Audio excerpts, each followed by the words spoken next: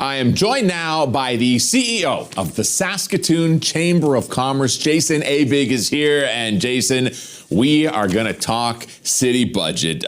Chamber, a huge network of businesses, restaurants, retailers, professional services, etc.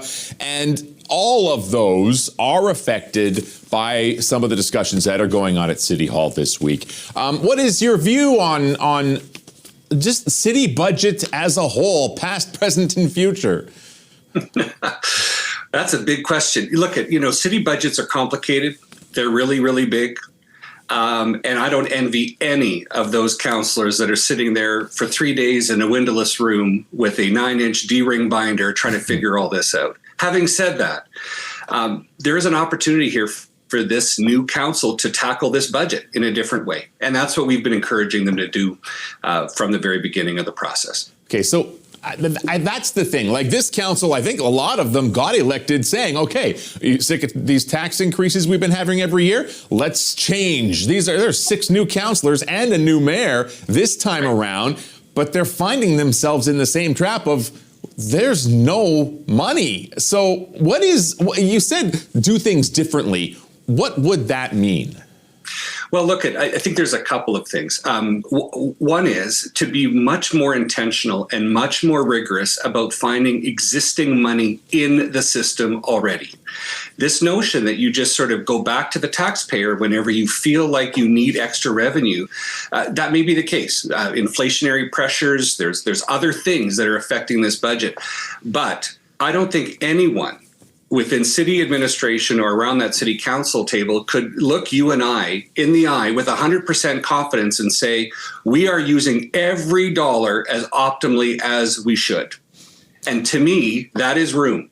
For the chamber, that is room to, extract more value, more dollars from what is already in the pot versus going back to others to try to fund priorities. So it's a combination of trying to find more savings inside the system.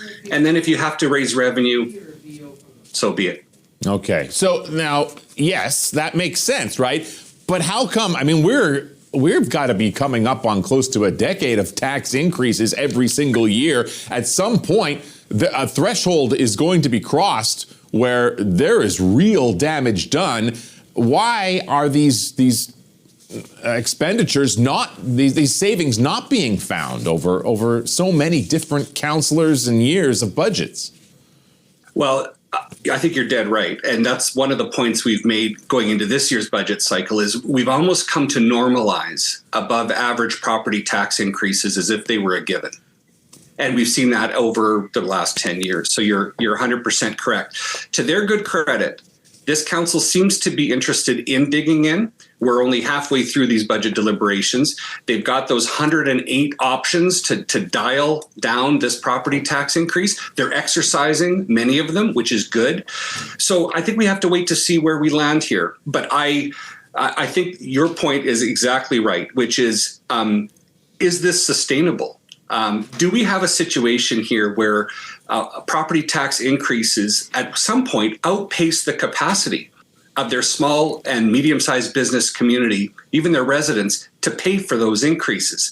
And if the answer is yes, that's a real risk, then the next question is, how do we maintain a great city when the economy can't support the functions of its municipal government? And that's a fair question. And I think it's one that councillors have heard. We've raised it.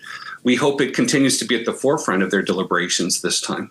Okay. Well, we're running out of time here. We could talk about this and the whys and the whereabouts for a long time, but we'll let council do that for us. Jason Aebig, the CEO of the Saskatoon Chamber of Commerce. Hope springs eternal. We'll see where this all lands, as you said. Thank you so much for some input today. Awesome. Thanks for having me.